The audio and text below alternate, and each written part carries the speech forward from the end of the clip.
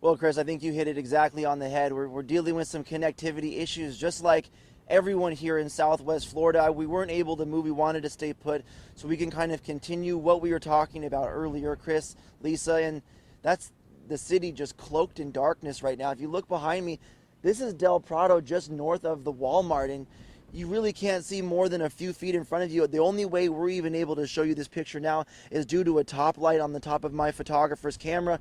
And the issue with the street not only being this dark is situations like this. We have trees uprooted all throughout the city.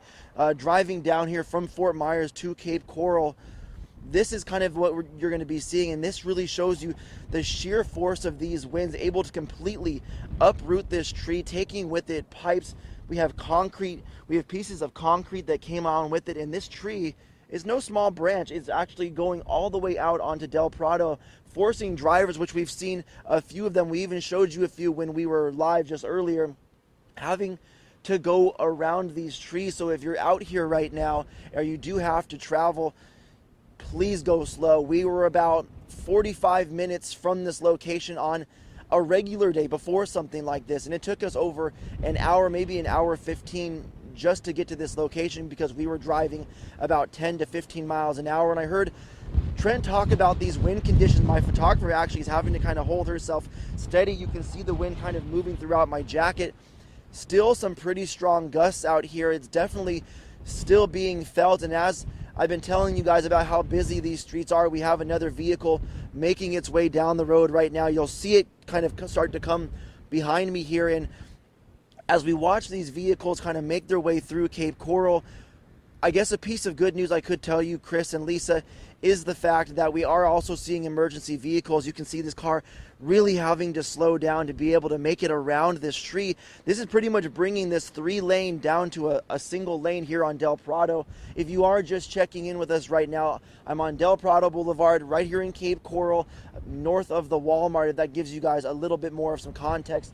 We're going to go ahead and continue to move down because we're feeling the winds right now, and you're seeing how dark it is behind me. And the most consistent thing we've seen all morning long is all of this destruction. You can see it right here. Tree branches lining the side of this street here. Things are going pretty much blowing out into the street because of that consistent wind that I was telling you guys about, and it's everywhere. And we have park benches. We've seen businesses' signs completely ripped off. There's a Wendy's that's about just right down the road from where I'm at right now, and their sign is completely ripped off. Scaffolding is in the middle of the road. There's pretty much destruction everywhere throughout the city right now, and we're going to continue to get a better picture of this as we start to get some daylight. But Chris, Lisa, I have to tell you, I call Cape Coral my home, and I take this street to go to the gym every day.